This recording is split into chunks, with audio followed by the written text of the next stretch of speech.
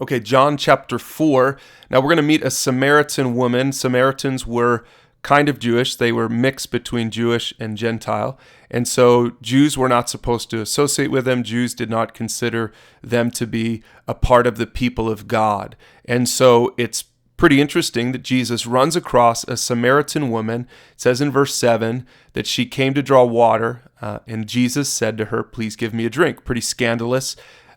Jewish guys typically didn't speak to Samaritans socially, and certainly not to Samaritan women. Now you can read their conversation there, very interesting conversation.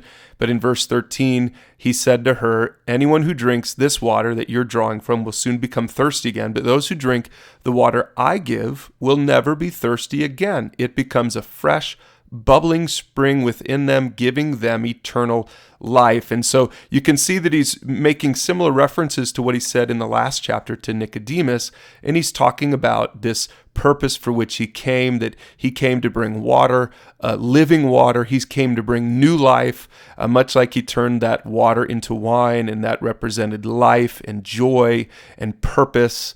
And that's what Jesus came to bring. Now we see at the bottom there, the woman said, "I know the Messiah is coming, the one who's called the Christ. And when he comes, he will explain everything to us." And Jesus said to her, "Yeah, I'm that guy. I'm the Messiah." Pretty cool moment right there.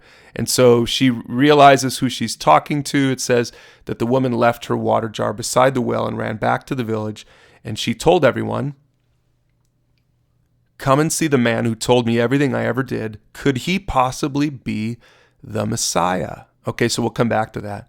But then, so she's gone, and now Jesus is going to talk to his disciples, and he talks to them about why he would even bother talking to a Samaritan woman. But we see at the bottom there that in verse 39, many Samaritans from the village believed in Jesus because the woman came and said, "He told me everything I ever did." And so we see this first messenger, an unlikely messenger, a Samaritan woman, becomes one of the first people to invite people to know who Jesus is, which of course is what Jesus' whole purpose is. We're going to see that Jesus continues to empower and equip the disciples to go tell people about his message, about his story, about the kingdom that he's bringing in, about the new life that he gives to them.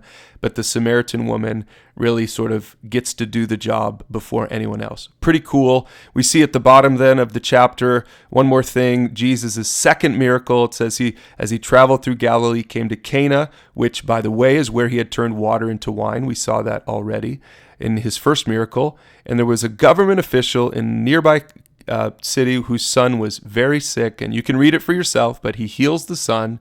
And it says at the bottom there, this was the second miraculous sign Jesus did in Galilee after coming from Judea. More to come, more miraculous signs to come as you continue to read a chapter a day.